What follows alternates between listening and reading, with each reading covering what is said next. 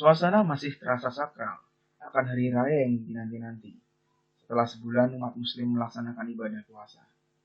Namun, 2 tahun belakangan ini, hari raya terasa sepi. Kita tidak bisa merayakan hari raya sebagaimana biasanya. Pandemi COVID yang ada tak hanya menyerang struktur perekonomian, tapi juga budaya masyarakat yang ada. Lalu, budaya dan kebiasaan apa saja yang ada di masyarakat Indonesia saat ini dalam menyambut Lebaran? Dan bagaimana alternatifnya di masa pandemi ini?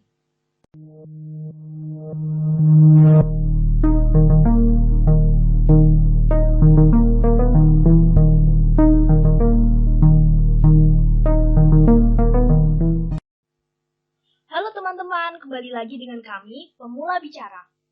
Dengan saya, Peridot, dan teman saya. Pon, Masih dalam suasana Lebaran nih.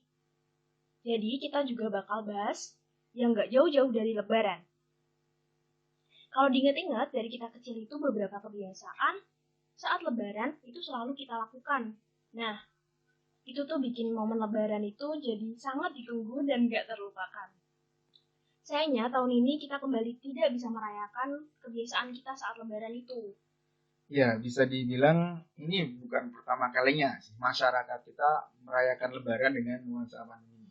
Tahun lalu kan kita juga udah merasakan Lebaran di masa pandemi dengan keketatan yang berbeda karena ketika awalnya kan Ketat banget gitu ya ya. ketat banget, masih was-was ketika masa awal Corona masuk Indonesia pada Maret. Ada rasa yang berbeda gitu, ada rasa yang membelenggu, terkurung, panik tentang ketakutan yang berlebih di awal ketika mendekati Lebaran dan Ramadan begitu.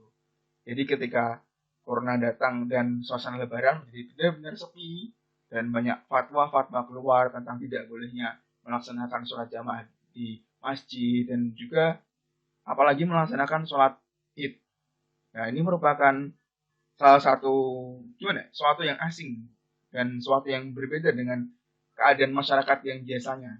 Karena aliran budaya yang biasa terjadi ketika Lebaran hadir itu mulai berubah karena budaya kita yang sering mengutamakan temu sapa, saling bertemu, saling bersentuh tangan, dan saling salam-salaman itu menjadi terbatas karena adanya pandemi COVID ini. Nah, itu untuk tahun lalu. Tapi untuk tahun ini ya bisa dibilang lebih berwarna sih karena masyarakat mulai terbiasa dengan keadaan yang ada.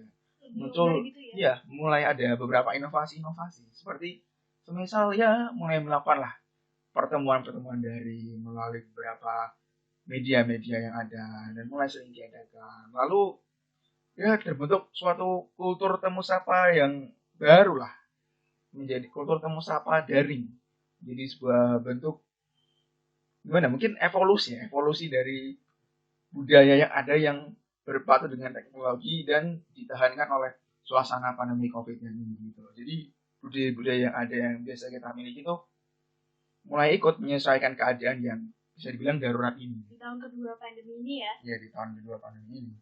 Nah, kita perlu ngeliat lagi nih budaya-budaya atau kebiasaan apa yang dari dulu biasa kita lakuin nih saat Lebaran. Yang paling utama dan paling sering, paling heboh ya di Indonesia itu. Ini aku tahu nih, mudik. Iya, budaya mudik tentu saja kan. Ini kayak udah mengakar banget di Indonesia. Kalau Lebaran itu ya mudik gitu kan. Iya. Tiap tahun selalu ada kemacetan karena mudik. Iya, mobilitas masyarakat ini buat mudik gitu saat Lebaran. Ya, pasti. Terus yang kedua nih, biasanya juga masih nggak jauh-jauh dari mudik. Orang mudik itu biasanya mau pulang buat ziarah atau nyekar di makam leluhurnya atau orang tuanya begitu ya. Biasanya ziarah kubur ini tuh dilakukan setelah kita melaksanakan sholat Idul Fitri. Jadi kita kayak membersihin makam, menabur bunga, terus berdoa buat leluhur kita, buat orang tua kita, saudara kita gitu. Nah, yang nggak bisa jauh-jauh dari kata Lebaran, yang pasti semua orang tahu dan menantikan nih, apa ya, Fon? Kalau menantikan ya pasti kita tahu lah, THR. Ya, ini banget. Budaya wajib yang ditunggu-tunggu para kaula muda, kecil dan lainnya. Kaula tua kayaknya nggak menunggu. Iya, terjadi ketimpangan ya, kaula muda yang dapat THR nih. Tapi ini jadi kayak krusial banget di lebaran nggak mantap kalau nggak ada THR gitu. Iya, ini kan konsep mulai pamer-pameran seberapa banyak Anda dapat THR. Itu mulai sering dipertanyakan. Tapi mau seberapa banyak Anda dapat THR tetap jatuh ke ibu Anda nanti. Ini titip saya dulu. Titip mama dulu, nanti diambil gitu, ditabung. Iya. Yang selanjutnya nih, biasanya orang yang sudah tua atau sepuh gitu ya, sama pejabat-pejabat ini yang ngelakuin, yaitu open house. Jadi membuka rumah buat orang-orang yang mau datang nih, datang mau minta maaf, datang silaturahmi gitu ya, atau datang minta THR itu. Nggak minta, dikasih, diberi. Tapi kalau nggak datang nggak dikasih, berarti datang dia minta dong. Walaupun niatnya memang niat untuk diberi. Oh iya. Yang selanjutnya nih, sungkeman atau salaman saat lebaran. Jadi kita biasanya mohon maaf lahir batin, atau kalau di Jawa tuh sedaya lepat kalau nyuwun pangapunten gitu.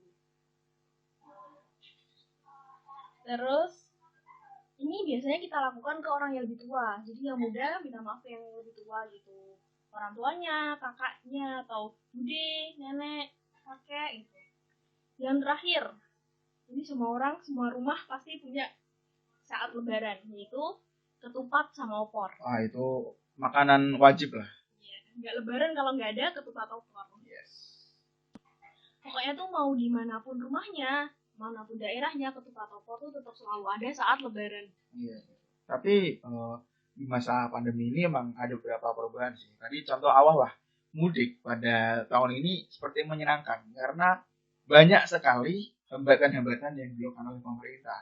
Karena sepertinya pemerintah traumatis terhadap apa yang terjadi di India, di mana korban COVID karena beberapa warga mulai menyimpang dan mulai terjadi beberapa acara adat di India. Peningkatan COVID menjadi tingkat sehari bisa mencapai 400.000 dan kematiannya bisa mencapai 2.000 lebih. Ini merupakan darurat yang ditakuti oleh pemerintah Indonesia. Maka dari itu kita melihat mudik pada waktu pandemi, pemerintah benar-benar mencoba untuk membatasi mudik yang terjadi pada waktu pandemi dengan adanya mengeluarkan harus swab lah, harus tes inilah, kemudian harus minta izin ke RT, kemudian ada penyegatan. Jadi ada pos-pos polisi yang tidak memperbolehkan, bahkan menyuruh putar balik bagi mereka yang mudik.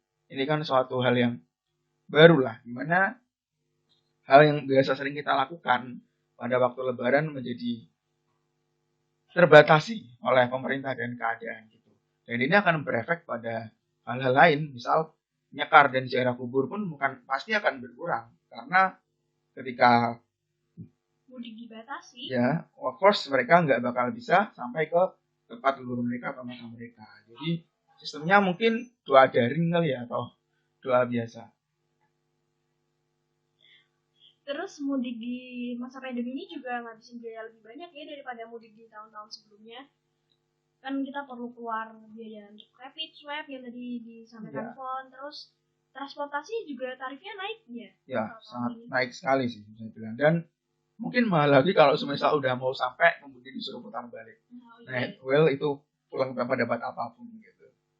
Nah ini, tapi ada beberapa hal sih yang open house ini jadi kedekatannya yang dulu biasanya kampung kota-kota sepi karena kembali ke kampung, open house-nya pun hanya terjadi di daerah perkotaan. Jadi mereka mulai tetangga-tetangga yang biasanya pulang, jadi semuanya semakin di rumah saja. Jadi warga kota yang biasanya pulang, semuanya stay di rumah dan malah saling bermaaf-maafan dengan tetangga di sekitar mereka. Gitu.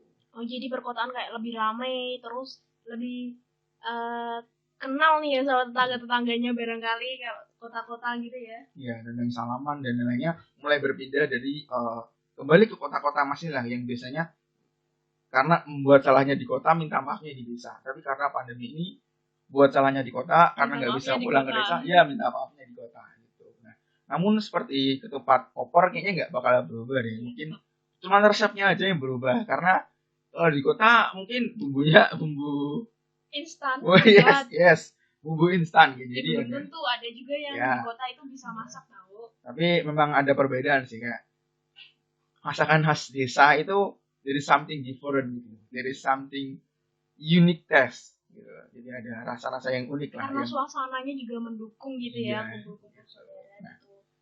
Kalau yang sungkeman tuh juga menurut aku mungkin yang sungkeman ke saudara-saudara jauh gitu ya. Kalau ke keluarga inti nggak akan terpengaruhi oleh pandemi ini ya. Kita tetap bisa sungkeman gitu.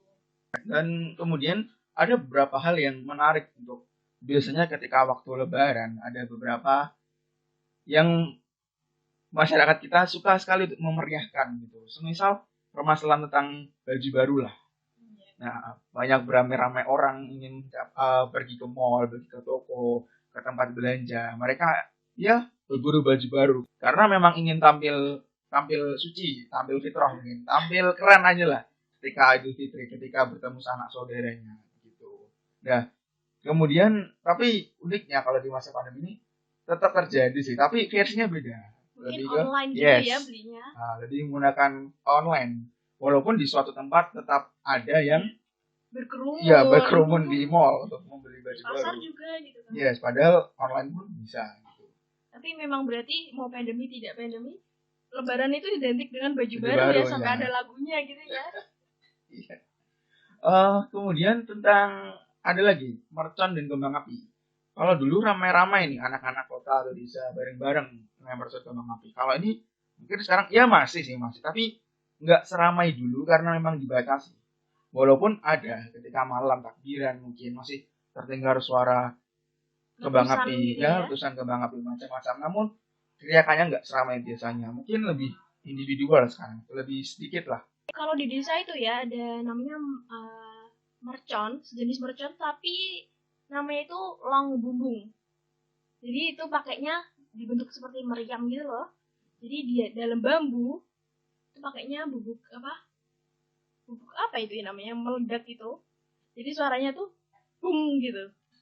Nah itu mungkin di masa pandemi ini nggak seramai itu ya di desa-desa. Dulu kalau sebelum pandemi antar desa tuh perang itu long bumbung itu ya, saling tembak menembak gitu.